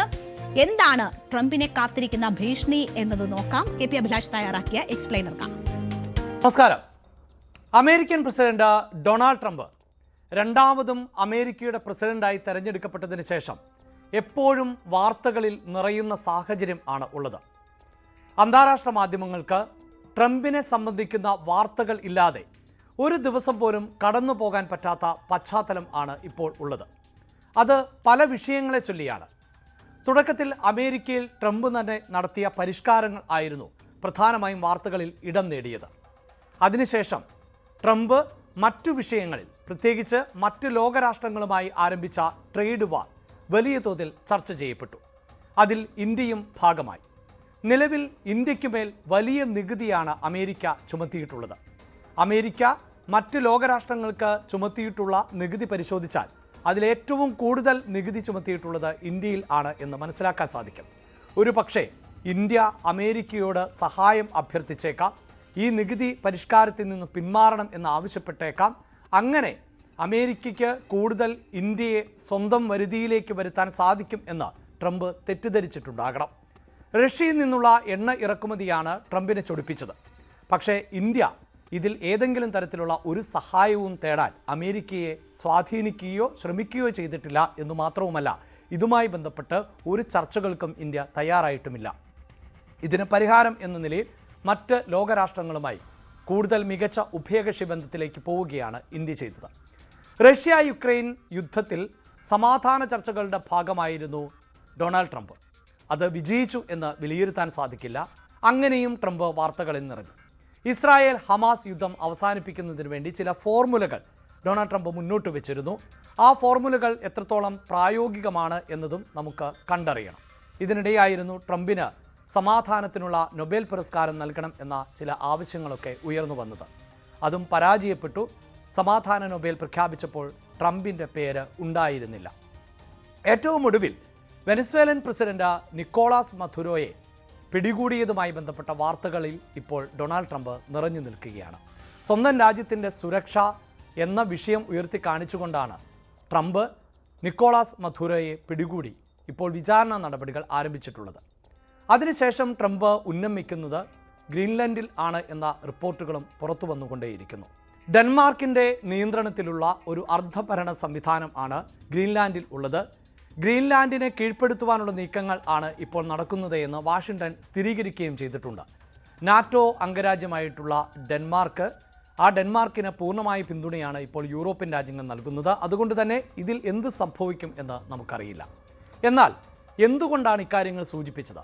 ഇപ്പോഴിതാ അമേരിക്കയിൽ നിന്ന് തന്നെ ട്രംപിനൊരു പണി വരുന്നു എന്ന സൂചനയാണ് പുറത്തു വരുന്നത്. അക്കാര്യം വ്യക്തമാക്കുന്നത് മറ്റാരുമല്ല, ഡൊണാൾഡ് ട്രംപ് തന്നെയാണ്. 2026 ഇടക്കാല തെരഞ്ഞെടുപ്പിൽ റിപ്പബ്ലിക്കൻ പാർട്ടി ജയിച്ചില്ല എങ്കിൽ ഡെമോക്രാറ്റുകൾ തന്നെ ഇംപീച്ച് ചെയ്യും എന്ന മുന്നറിയിപ്പാണ് ഡൊണാൾഡ് ട്രംപ് നൽകുന്നത്. വാഷിംഗ്ടണിൽ നടന്ന റിപ്പബ്ലിക്കൻ എംപിമാരുടെ യോഗത്തിൽ ആണ് ട്രംപ് ഇത്തരത്തിൽ ഒരു മുന്നറിയിപ്പ് നൽകിയത്. വെനസ്വേലൻ പ്രസിഡന്റ് നിക്കോളാസ് മധുരോയെ പിടികൂടിയത് ഉൾപ്പെടെയുള്ള വിഷയങ്ങൾ ചൂണ്ടിക്കാട്ടി ഡെമോക്രാറ്റുകൾ ട്രംപിനെതിരെ ഇതിനോടകം തന്നെ ഇംപീച്ച്മെന്റ് ആവശ്യങ്ങൾ ഉയർത്തിയിട്ടുണ്ട്.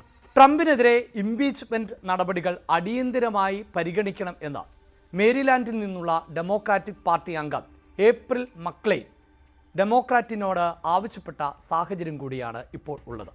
അതുകൊണ്ട് തന്നെയാണ് ട്രംപ് ഇംപീച്ച്മെന്റിനെ ഭയപ്പെടുന്നത്. ആ സൂചനയും നൽകിയത്, നിങ്ങൾ ഇടക്കാല തെരഞ്ഞെടുപ്പിൽ വിജയിക്കണം, വിജയിച്ചില്ല എങ്കിൽ അവർ എന്നെ ഇംപീച്ച് ചെയ്യാൻ ഒരു കാരണം കണ്ടെത്തും എന്നായിരുന്നു ട്രംപ് പറഞ്ഞത്. ഒപ്പം എല്ലാ ഭിന്നതകളും അഭിപ്രായ വ്യത്യാസങ്ങളും മാറ്റിവെച്ച് തൻ്റെ നയങ്ങൾ പ്രചരിപ്പിക്കണം എന്ന് അദ്ദേഹം ആഹ്വാനം ചെയ്യുന്നുകൂടിയുണ്ട്. ഇതാണ് ട്രംപ് ഭയക്കുന്നു വരുന്ന ഇടക്കാല തെരഞ്ഞെടുപ്പിനെ എന്ന വ്യക്തമായ സൂചന നൽകുന്നത്. US ജനപ്രതിനിധി സഭയിൽ 435 സീറ്റുകളിലേക്കും സെനറ്റിലെ 100 സീറ്റുകളിൽ 1/3 സീറ്റുകളിലേക്കുമാണ് ഇടക്കാല തെരഞ്ഞെടുപ്പിൽ വോട്ടെടുപ്പ് നടക്കാൻ പോകുന്നത്. ഈ വർഷം നവംബറിൽ ആണ് അമേരിക്കയിൽ ഇടക്കാല തെരഞ്ഞെടുപ്പ് നിശ്ചയിച്ചിട്ടുള്ളത്. ഈ തെരഞ്ഞെടുപ്പിൻ്റെ ഫലം എന്തുതന്നെയാണ് എങ്കിലും പ്രസിഡന്റ് സ്ഥാനം നഷ്ടപ്പെടാൻ പോകുന്നില്ല. എന്നാൽ ട്രംപിന് തൻ്റെ പരിഷ്കാരങ്ങൾ നടപ്പിലാക്കുന്നതിൽ വലിയ തിരിച്ചടികൾ ഇനി ഉണ്ടായേക്കാം. നിയമനിർമ്മാണങ്ങൾക്ക് നിർണായകമായിട്ടുള്ള US കോൺഗ്രസിൽ ഡെമോക്രാറ്റുകൾ മേൽക്കൈ നേടിയാൽ ട്രംപിൻ്റെ നീക്കങ്ങൾ പരാജയപ്പെടും. US പ്രതിനിധി സഭയിൽ നേരിയ ഭൂരിപക്ഷം മാത്രമാണ് ഇപ്പോൾ ട്രംപിൻ്റെ റിപ്പബ്ലിക്കൻ പാർട്ടിക്ക് ഉള്ളത്.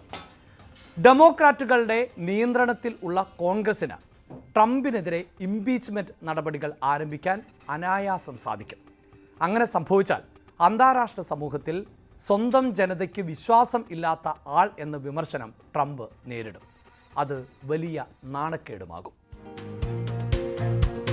അപ്പോൾ ഇതാണ് സാഹചര്യം. വെനസ്വേലൻ പ്രസിഡന്റ് നിക്കോളാസ് മദുരോയെ പിടികൂടിയതടക്കമുള്ള വിഷയങ്ങൾ ചൂണ്ടിക്കാട്ടി ഡെമോക്രാറ്റുകൾ ട്രംപിനെതിരെ ഇതിനോടകം തന്നെ ഇംപീച്ച്മെന്റ് ആവശ്യങ്ങൾ ഉയർത്തിയിട്ടുണ്ട്. ട്രംപിനെതിരെ ഇംപീച്ച്മെന്റ് നടപടികൾ അടിയന്തരമായി പരിഗണിക്കണമെന്ന് തിങ്കളാഴ്ച മെരിലാൻഡിൽ നിന്നുള്ള ഡെമോക്രാറ്റിക് പാർട്ടി അംഗം ആവശ്യപ്പെട്ടിരുന്നു. ഈ ആവശ്യങ്ങൾ പല കോണിൽ നിന്ന് ഉയർന്നു വരികയാണ്. ഈ സാഹചര്യത്തിലാണ് ട്രംപ് ഇങ്ങനെ ഒരു മുന്നറിയിപ്പ് തന്റെ അണികൾക്ക് നൽകുന്നത്. ട്രംപിന്റെ പാർട്ടി പരാജയപ്പെട്ടാൽ അദ്ദേഹത്തിന് പ്രസിഡന്റ് സ്ഥാനം നഷ്ടപ്പെടില്ല. എന്നാൽ ട്രംപിന് തന്റെ വിപുലമായ പരിഷ്കാരങ്ങൾ നടപ്പിലാക്കുന്നതിന് വലിയ തിരിച്ചടികൾ ഉണ്ടാകും. ഇതുപോലെ എടുത്തുചാടിയുള്ള നടപടികൾ എടുക്കുന്നതിൽ വലിയ പരിമിതികൾ ഉണ്ടാകും. നിയമനിർമ്മാണങ്ങൾക്ക് നിർണായകമായ US കോൺഗ്രസിൽ ഡെമോക്രാറ്റുകൾ മേൽക്കൈ നേടുന്ന ഒരു സാഹചര്യം ഉണ്ടാകും. എന്തായാലും ഡെമോക്രാറ്റുകളുടെ നിയന്ത്രണത്തിലുള്ള ഒരു കോൺഗ്രസിന് ട്രംപിനെ ഇംപീച്ച്മെന്റ് നടപടികൾ ആരംഭിക്കാൻ കഴിയുന്ന ഒരു സാഹചര്യം കൂടി അത് സൃഷ്ടിക്കും. എന്തായാലും ഒരു പരമാധികാര രാഷ്ട്രത്തിലേക്ക് കടന്നു കയറി അവിടുത്തെ ഭരണാധികാരിയെ പലവിധ കുറ്റങ്ങൾ ആരോപിച്ച് അമേരിക്കയിലേക്ക് കൊണ്ടുവന്ന് വിചാരണ നടത്തുകയാണ് ട്രംപ്. ഈ ട്രംപിന്റെ ഇത്തരം നടപടികൾ അത് ലോക സമാധാനത്തിന് തന്നെ വെല്ലുവിളിയാണ് എന്ന കാര്യത്തിൽ യാതൊരു സംശയവുമില്ല. അവിടെയാണ് ജനാധിപത്യത്തിന്റെ ശക്തി എന്താണ് എന്ന് ട്രംപ് തന്നെ മനസ്സിലാക്കിയിട്ടുണ്ട് എന്ന സാഹചര്യം അദ്ദേഹത്തിന്റെ തന്നെ വാക്കുകളിലൂടെ പുറത്തു വരുന്നത്. തന്നെ ഇംപീച്ച് ചെയ്യാനുള്ള സാധ്യതയും ഉണ്ട് എന്നതാണ് അദ്ദേഹം ഭയപ്പെടുന്നത്. അപ്പോൾ അതാണ് ജനാധിപത്യത്തിന്റെ കരുത്ത് എന്ന് പറയുന്നത്. ഇപ്പോൾ ആ ഒരു ഭീഷണി മുന്നിൽ കാണുന്നുണ്ട് ട്രംപ്. അതുകൊണ്ടാണ് ജനാധിപത്യം സൗന്ദര്യമുള്ളതാകുന്നത്. അവിടുത്തെ ജനങ്ങൾ കിട്ടുന്ന അവസരം അതനുസരിച്ച് പ്രയോജനപ്പെടുത്തട്ടെ എന്ന് നമുക്ക് കരുതാം. കാത്തിരിക്കാം.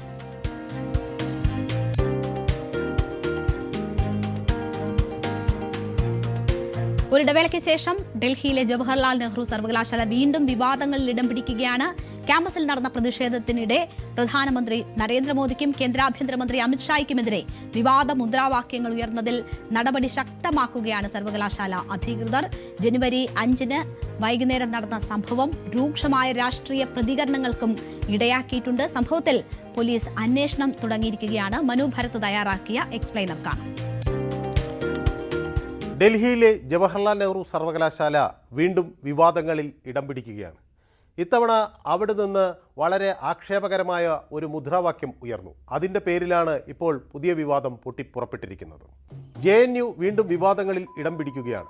ഇത്തവണ ഒരു മുദ്രാവാക്യത്തിൻ്റെ പേരിലാണ് വലിയ കോലാഹലങ്ങൾ പൊട്ടിപ്പുറപ്പെട്ടിരിക്കുന്നത്.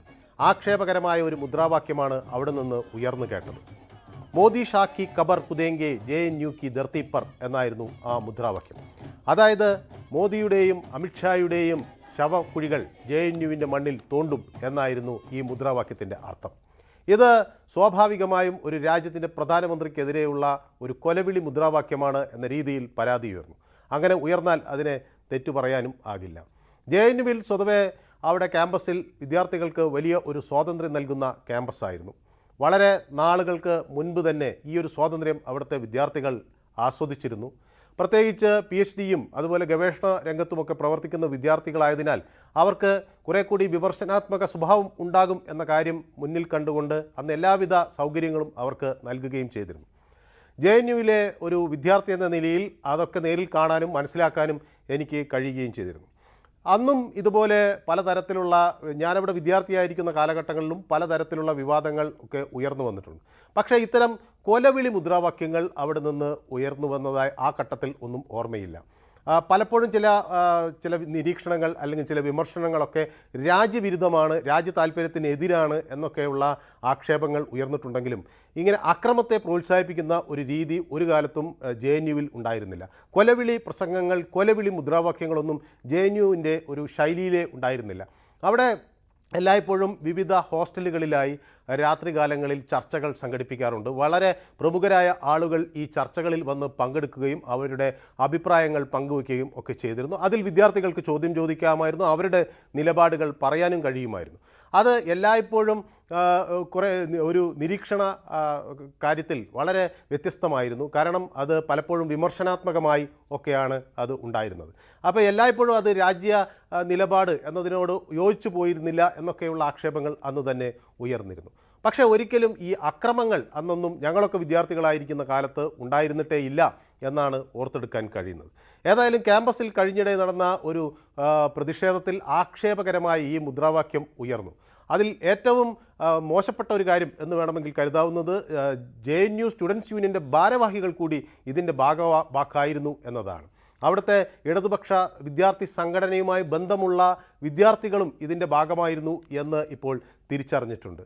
ഇപ്പോൾ JNU സ്റ്റുഡൻസ് യൂണിയൻ്റെ ജോയിൻറ്റ് സെക്രട്ടറി ഡാനിഷ് അലിയുടെ പേര് ഇതുമായി ബന്ധപ്പെട്ട് പറയുന്നുണ്ട്. അതുപോലെ സ്റ്റുഡൻസ് യൂണിയൻ്റെ പ്രസിഡന്റ് അദിതി മിശ്രയുടെ പേര് പറയുന്നുണ്ട്. അതുപോലെ സ്റ്റുഡൻസ് യൂണിയൻ്റെ വൈസ് പ്രസിഡന്റ് ഗോപിക കെ ബാബുവിൻ്റെ പേര് പറയുന്നു. അതുപോലെ ജനറൽ സെക്രട്ടറി സുനിലിൻ്റെ പേരും ഒക്കെ ഈ വിവാദ പരാമർശം നടത്തിയ കൂട്ടത്തിൽ ഉള്ളവരെന്ന നിലയിലാണ് പറയുന്നത്. ഏതായാലും ഈ മുദ്രാവാക്യങ്ങൾ പ്രകോപനപരമായിരുന്നു എന്ന കാര്യത്തിൽ തർക്കമില്ല.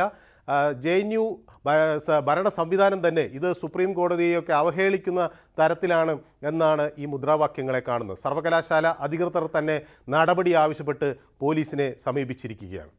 യൂണിയൻ ഭാരവാഹികൾക്ക് പുറമെ മറ്റ് നിരവധി വിദ്യാർത്ഥികളും ഇതുമായി ബന്ധപ്പെട്ട് പ്രവർത്തിച്ചിരുന്നു എന്ന് വ്യക്തമാകുന്നു. സാദ് ആസ്മി, അതുപോലെ പക്കീസ ഖാൻ, കൺഷിക് ശശാങ്ക് തുടങ്ങിയവരുടെ പേരുകളൊക്കെ ഉയർന്നു വന്നിട്ടുണ്ട്. ഇവരെയൊക്കെ തിരിച്ചറിഞ്ഞിട്ടുണ്ട് എന്നാണ് JNU അഡ്മിനിസ്ട്രേഷൻ പോലീസിനോട് പറയുന്നത്. അപ്പോൾ ഇവരെല്ലാം ഇടതുപക്ഷ വിദ്യാർത്ഥി സംഘടനകളിലുള്ളവരാണ്, ആ ഗ്രൂപ്പുകളിൽ നിന്നുള്ളവരാണ് ഇത്തരത്തിൽ ഒരു മുദ്രാവാക്യം മുഴക്കിയത് എന്ന് JNU അഡ്മിനിസ്ട്രേഷൻ പേരെടുത്ത് പറയുകയും ചെയ്യുന്നു.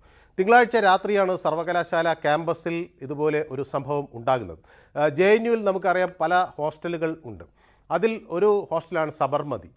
സബർമതി ഹോസ്റ്റലിൻ്റെ അവിടുത്തെ ഹോസ്റ്റലുകളെല്ലാം പല നദികളുടെ പേരിലാണ്. പെരിയാർ, ഗംഗ, കാവേരി, ബ്രഹ്മപുത്ര എന്ന പേരുകളിലാണ്.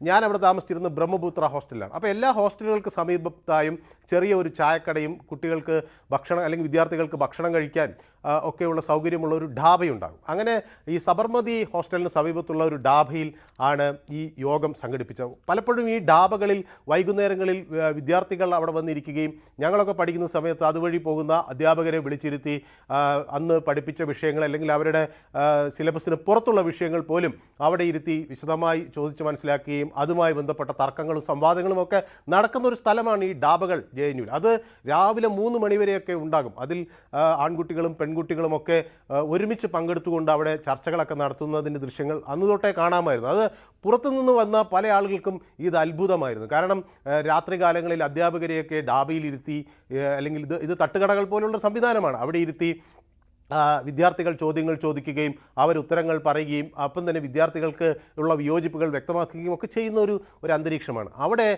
ഇപ്പോൾ അവിടെ നിന്നാണ് ഇത്തരത്തിൽ ഒരു സംഭവം അല്ലെങ്കിൽ ഒരു വിവാദം പൊട്ടിപ്പുറപ്പെട്ടിരിക്കുന്നത്. അവിടെ പ്രതിരോധത്തിൻ്റെ രാത്രി എന്ന പേരിൽ ഗറില്ല ധാബയുമായുള്ള ഒരു പ്രതിരോധത്തിൻ്റെ രാത്രി എന്ന പേരിൽ അവിടെ ഒരു പരിപാടി സംഘടിപ്പിച്ചു.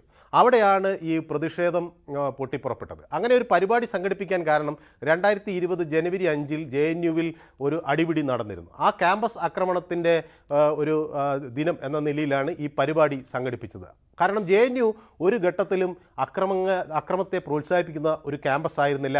അവിടെ അടിപിടികൾ പാടില്ല എന്നൊരു നിലപാട് പ്രധാനമായി ഇടതുപക്ഷ വിദ്യാർത്ഥി സംഘടനകൾ തന്നെ മുന്നോട്ട് വച്ചിരുന്നു. വിദ്യാർത്ഥി പരിഷത്ത് ഉൾപ്പെടെയുള്ള സംഘടനകൾ അത് വളരെ കൃത്യമായി അതാണ് ശരി എന്നൊരു നിലപാട് സ്വീകരിച്ചിരുന്നു. കാരണം ഡൽഹി പോലൊരു സ്ഥലത്ത് പുറത്തുനിന്ന് ആളുകൾ വന്ന് വിദ്യാർത്ഥികളെ അടിക്കുന്ന രീതിയൊന്നും അംഗീകരിക്കാൻ കഴിയില്ല എന്ന നിലപാട് വിദ്യാർത്ഥി പരിഷത്ത് മുന്നോട്ട് വച്ചിരുന്ന അവർക്കായിരുന്നു അതിന് കൂടുതൽ ശക്തിയും കരുത്തും ഒക്കെ ഉണ്ടായിരുന്നത്. ഇപ്പോൾ പുറത്തുനിന്ന് ആളെ കൊണ്ടുവരാനോ അടിക്കാനോ ഒക്കെ കഴിവുണ്ടായിരുന്ന സംഘടനകൾ ഇപ്പോൾ JNUവിലെ ABVP ആയാലും NSU ആയാലും അവരൊക്കെ ഇതിൽ നിന്ന് വിട്ടുനിന്നു. ആളുകളെ പുറത്തുനിന്ന് ക്ഷണിച്ചു വരുത്തി ഇവിടെ അക്രമങ്ങൾ നടത്തുന്ന ഒരു രീതി അവിടെ ഒരിക്കലും ഉണ്ടായിരുന്നില്ല. പക്ഷേ ഈ 2020 ഇന്ത്യയെ ആകെ ഞെട്ടിച്ചുകൊണ്ട് അല്ലെങ്കിൽ ഇതുപോലെ ഒരു വിദ്യാർത്ഥി സമൂഹത്തെ ആകെ ഞെട്ടിച്ചുകൊണ്ട് അക്കാഡമിഷിയെ ആകെ ഞെട്ടിച്ചുകൊണ്ടാണ് അവിടെ വിദ്യാർത്ഥികൾ ഏറ്റുമുട്ടി എന്നൊരു വാർത്ത വരുന്നു. വലിയ വാദപ്രതിവാദങ്ങൾ അവിടെ നടക്കാറുണ്ട്. JNU SUവിലെ പ്രസിഡന്റ് തെരഞ്ഞെടുപ്പിൽ അവിടെ പ്രസിഡൻഷ്യൽ ഇലക്ഷൻ വരുമ്പോൾ സ്ഥാനാർത്ഥികൾ മത്സരിക്കുന്ന സ്ഥാനാർത്ഥികൾ അവർ അവിടെ പ്രസംഗിക്കുകയും പ്രസംഗിച്ചു കഴിഞ്ഞാൽ തന്നെ വിദ്യാർത്ഥികൾക്ക് അവരോട് ചോദ്യം ചോദിക്കാനുള്ള അവസരം നൽകുകയും ആ ചോദ്യങ്ങൾക്ക് മറുപടി പറയുകയും ഒക്കെ ചെയ്ത് അങ്ങനെയാണ് അവിടെ വിദ്യാർത്ഥികളെ വിലയിരുത്തുകയും ഒക്കെ ചെയ്തിട്ടുള്ളത്. അപ്പോൾ അവിടെ സ്കൂൾ ഓഫ് സോഷ്യൽ സയൻസിൻ്റെ തെരഞ്ഞെടുപ്പ് മത്സരിക്കാനൊക്കെ എനിക്കും അവസരം ലഭിച്ചിരുന്നു. അവിടെയൊക്കെ ഞങ്ങൾ കണ്ടിരുന്നത് ഞങ്ങളെയൊക്കെ വളരെ ശക്തമായി വിമർശിക്കുന്ന ഇടത് നേതാക്കൾ ഒക്കെ ഉണ്ടായിരുന്നു. പക്ഷേ അവരുടെ ചോദ്യങ്ങൾക്ക് ചിലപ്പോൾ ഞങ്ങൾ ഉത്തരം പറയുന്നത് ബോധ്യപ്പെട്ടില്ലെങ്കിൽ കൂടിയും അവരതിനെ ശക്തമായി വിമർശിക്കുക എന്നതിനപ്പുറത്തേക്ക് അവരൊരിക്കലും ആളുകളെ ആക്രമിക്കുക എന്നൊരു രീതി ഉണ്ടായിരുന്നില്ല. ഞാൻ അവിടെ വിദ്യാർത്ഥിയായിരിക്കുന്ന ഘട്ടത്തിൽ വിജു കൃഷ്ണനെ പോലുള്ളവർ JNUവിൻ്റെ പ്രസിഡൻ്റായിരുന്നു. ഇന്ന് പോളിറ്റ് ബ്യൂറോ അംഗമായിരിക്കുന്നു വിജു കൃഷ്ണൻ. അതുപോലെ നിരവധി പ്രമുഖർ അവിടെ എനിക്ക് മുൻപേയും പിന്നും ഒക്കെ അവിടെ നിന്ന് പഠിച്ചിറങ്ങുകയും ഒക്കെ ചെയ്തിട്ടുണ്ട്. പക്ഷേ ഒരിക്കലും ഈ ജനുവരി 5 നടക്കുന്ന ഈ സംഭവത്തിന് മുൻപേ അങ്ങനെ വലിയ അക്രമങ്ങൾ അവിടെ നടന്നു എന്നത് ആർക്കും ഓർത്തെടുക്കാൻ കഴിയുന്നില്ല. അപ്പോൾ ഈ സംഭവത്തിനിടയിൽ മറ്റൊരു കാര്യം കൂടി നടക്കുകയാണ്. 2020 ഡൽഹി കലാപ ഗൂഢാലോചന കേസിൽ JNUവിലെ മുൻ വിദ്യാർത്ഥി നേതാക്കളായിരുന്ന ഉമർ ഖാലിദിനും അതുപോലെ ഷർജീലിനും സുപ്രീം കോടതി ജാമ്യം നിഷേധിച്ചു. അന്നും ആ വിഷയം അവിടെ ചർച്ചയായിരുന്നു. അപ്പോൾ സ്വാഭാവികമായും ആ വിഷയത്തോടുള്ള ഒരു പ്രതിഷേധമെന്ന രീതിയിൽ ആണ് ഈ മുദ്രാവാക്യം ഉയർന്നത്. അപ്പോൾ ആ മുദ്രാവാക്യം പക്ഷേ പ്രധാനമന്ത്രി നരേന്ദ്രമോദിക്കും കേന്ദ്ര ആഭ്യന്തരമന്ത്രി അമിത്ഷായ്ക്കും എതിരെയായിരുന്നു. അത് സർവകലാശാലയെ വലിയ തോതിൽ നാണം കെടുത്തുന്ന രീതിയിലുള്ള ഒരു കൊലവിളി മുദ്രാവാക്യമായിരുന്നു എന്ന ആക്ഷേപമാണ് ശക്തിപ്പെടുന്നത്. സംഭവവുമായി ബന്ധപ്പെട്ട് FIR രജിസ്റ്റർ ചെയ്തു. ഏതായാലും JNU ഒരു കാര്യം വ്യക്തമാക്കുന്നു, അവിടെ നിയമവിരുദ്ധമായി പെരുമാറാനോ ദേശവിരുദ്ധമായി പ്രവർത്തിക്കാനോ ആരെയും അനുവദിക്കില്ല. JNUവിൻ്റെ പ്ലാറ്റ്ഫോം അത്തരം ചിന്തകൾക്ക് ഒരു വേദിയാക്കാൻ സമ്മതിക്കില്ല എന്നവർ വ്യക്തമാക്കുകയും ചെയ്യുന്നു. സംസ്കാര സ്വാതന്ത്ര്യമുണ്ട്, ആവിഷ്കാര സ്വാതന്ത്ര്യമുണ്ട്, അഭിപ്രായ സ്വാതന്ത്ര്യമുണ്ട്. അതൊക്കെ മൗലികമാണെങ്കിലും അതൊക്കെ മൗലിക അവകാശമാണെന്ന് അംഗീകരിക്കുന്നുണ്ടെങ്കിലും വളരെ ക്രിയാത്മകവും ക്രിട്ടിക്കലായും ആളുകളെ അല്ലെങ്കിൽ കാര്യങ്ങൾ നോക്കിക്കാണാനൊക്കെ ഉള്ള അവസരം ഉണ്ടെങ്കിലും ഇതുപോലെ ഉള്ള ഭീഷണിയുടെ സ്വരം, വിദ്വേഷത്തിൻ്റെ സ്വരം, കൊലവിളി മുദ്രാവാക്യങ്ങൾ അവിടെ ഉയരാൻ പാടില്ല. അതിന് ഒരു ഇടമായി ക്യാമ്പസുകൾ മാറാൻ അനുവദിക്കാൻ പാടില്ല എന്ന നിലപാട് രാജ്യമെമ്പാടും ശക്തമായി ഉയരുകയാണ്. സർവകലാശാലയുടെ അധികൃതരും ഈ കാര്യത്തിൽ ആ ഒരു ശക്തമായ നിലപാട് പറയുകയാണ്. ഈ സംഭവത്തിൽ ഉൾപ്പെട്ട വിദ്യാർത്ഥികൾക്കെതിരെ കർശന നടപടി സ്വീകരിക്കും എന്ന് സർവകലാശാല വ്യക്തമാക്കി കഴിഞ്ഞു. കാരണം JNUവിൽ എപ്പോഴും ഉണ്ടായിട്ടുള്ളൊരു രീതി അതാണ്. ഏതെങ്കിലും തരത്തിലുള്ള വയലൻസിലേക്ക്, ആക്രമണങ്ങളിലേക്ക് കാര്യങ്ങൾ പോകുമ്പോഴൊക്കെ പെട്ടെന്ന് തന്നെ ആ വിദ്യാർത്ഥികളെ ക്യാമ്പസിൽ നിന്ന് പുറത്താക്കുന്ന അച്ചടക്ക നടപടികൾ സ്വീകരിക്കുന്ന ഒരു രീതി അവിടെ ഉണ്ട്. ആഭ്യന്തര അന്വേഷണം അവിടെ നടക്കും. സാധാരണഗതിയിൽ എന്തെങ്കിലും അവിടെ ഇത്തരം സംഭവങ്ങൾ ഉണ്ടായാൽ വിദ്യാർത്ഥികളുടെ ജനറൽ ബോഡി വിളിച്ച് ആ യോഗവും ഈ വിഷയം സംസാരിക്കും. എന്നിട്ട് വിദ്യാർത്ഥികൾ കൂട്ടായ ഒരു തീരുമാനമെടുക്കുകയാണ് ചെയ്യുന്നത്. വസന്ത് കുഞ്ച് പോലീസ് സ്റ്റേഷനിലേക്ക് JNU അധികൃതർ തന്നെ ഒരു പരാതി നൽകിയിരിക്കുന്നു. ഭരണഘടനാ സ്ഥാനങ്ങളോടുള്ള മനഃപൂർവ്വമായ അനാദരവ് പ്രതിഫലിപ്പിക്കുന്ന മുദ്രാവാക്യങ്ങളും പെരുമാറ്റങ്ങളും ഒക്കെയാണ് വിദ്യാർത്ഥികളുടെ ഭാഗത്തു നിന്ന് ഉണ്ടായിട്ടുള്ളത്.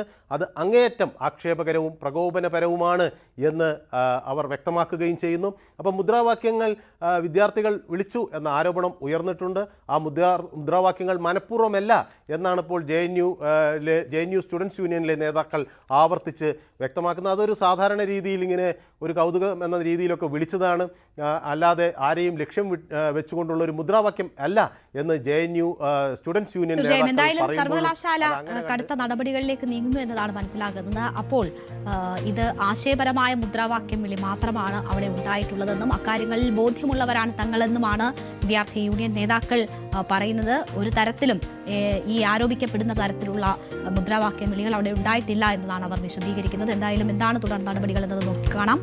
നമുക്കിനി മറ്റു ചില വാർത്തകൾ വേഗത്തിൽ കാണാം. ശബരിമല സ്വർണ്ണക്കൊള്ളയുമായി ബന്ധപ്പെട്ട് പ്രതിപക്ഷത്തിനെതിരെ ഹൈക്കോടതിയുടെ വിമർശനം. അന്വേഷണം വഴിതെറ്റിക്കാൻ പ്രതിപക്ഷവും മാധ്യമങ്ങളും ശ്രമിച്ചു. SITയെ അനാവശ്യ സമ്മർദ്ദത്തിലാക്കുന്നുവെന്നും കോടതി. അന്വേഷണത്തെക്കുറിച്ചുള്ള പ്രതിപക്ഷ നേതാവിന്റെ പ്രതികരണങ്ങളിലാണ് കോടതിയുടെ വിമർശനം. ഹൈക്കോടതിയുടെ പരാമർശം ആയുധമാക്കി പ്രതിപക്ഷത്തിനെതിരെ സർക്കാരും രംഗത്തു വന്നു. ശബരിമല സ്വർണ്ണക്കൊള്ളയിലെ അന്താരാഷ്ട്ര പങ്ക് അന്വേഷിക്കണമെന്ന് CBI അന്വേഷണം അനിവാര്യമെന്നും ആവർത്തിച്ച് രമേശ് ചെന്നിത്തല. അന്താരാഷ്ട്ര മാനമുള്ള കേസ് അന്വേഷിക്കാൻ SITക്ക് പ്രായോഗിക ബുദ്ധിമുട്ടുകളുണ്ട്. സ്വർണം മുഴുവൻ അടിച്ചുകൊണ്ടു പോകാൻ സഹായിച്ചത് പത്മകുമാർ ആണെന്നാണ് റിപ്പോർട്ട്. അയ്യപ്പന്റെ വിഗ്രഹം വരെ അടിച്ചുമാറ്റി ഡ്യൂപ്ലിക്കേറ്റ് വെക്കുമായിരുന്നുവെന്നും ചെന്നിത്തല.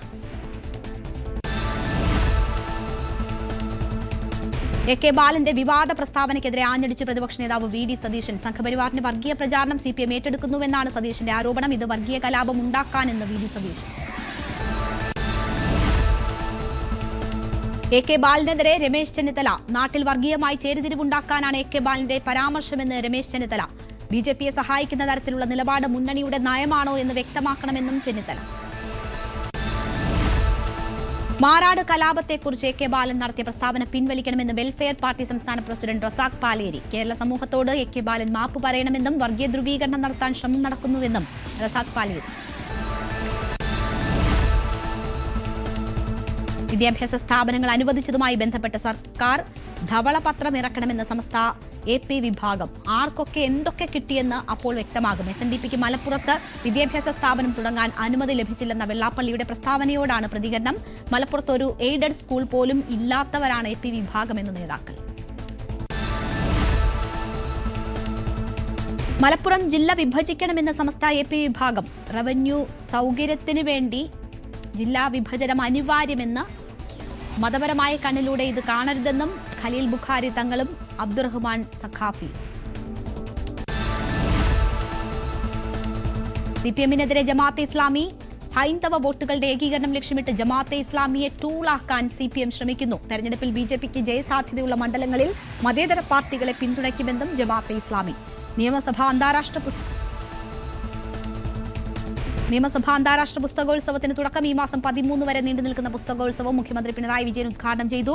ഒരു രാജ്യത്ത് കടന്നുകയറി പ്രസിഡന്റിനെയും ഭാര്യയെയും മറ്റൊരു രാജ്യത്തിന്റെ സൈന്യം തട്ടിക്കൊണ്ടുപോകുന്നത് കേട്ടുകേൾവിയില്ലാത്ത ധാർഷ്ട്യമെന്ന് മുഖ്യമന്ത്രി. ലോകം നേരിടുന്ന ഇത്തരം ഭീഷണികൾ വായനാ ലോകത്തിന്റെ സജീവ ചർച്ചയിൽ ഉണ്ടാകണമെന്നും മുഖ്യമന്ത്രി.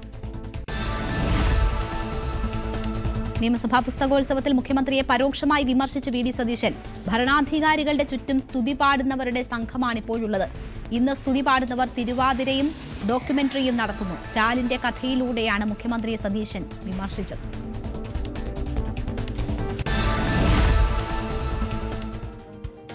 അപ്പോൾ വൈകുന്നേരത്തിന്റെ ഇന്നത്തെ സമയം ഇവിടെ പൂർണ്ണമാവുകയാണ്. ഇടവേളയ്ക്ക് ശേഷം ലൈവ് at 6 കാണാം. എല്ലാ പ്രേക്ഷകർക്കും നന്ദി.